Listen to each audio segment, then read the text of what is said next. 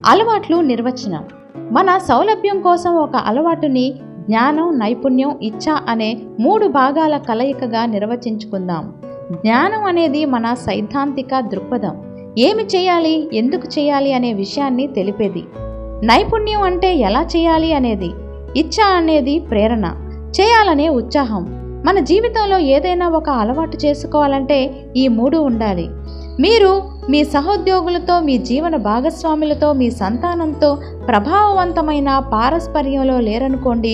దానికి కారణం మీ భావాలను వాళ్ళకెప్పుడూ వినిపిస్తూ వాళ్ళు చెప్పేది మీరు వినకపోవడం. మనుషుల మధ్య పరస్పర సంబంధాలను గురించి సరైన సిద్ధాంతాలు తెలియకపోతే మనకి కనీసం ఎదుటివారి చెప్పేది వినాలనే జ్ఞానం కూడా ఉండదు. ఒకవేళ ఎదుటి వాళ్ళు చెప్పేది వినాలనే జ్ఞానం ఉన్నప్పటికీ ఆ నైపుణ్యం లేకపోతే ఇతరులు చెప్పేది శ్రద్ధగా వినడం ఎలా అనేది మీకు తెలియకపోవచ్చు.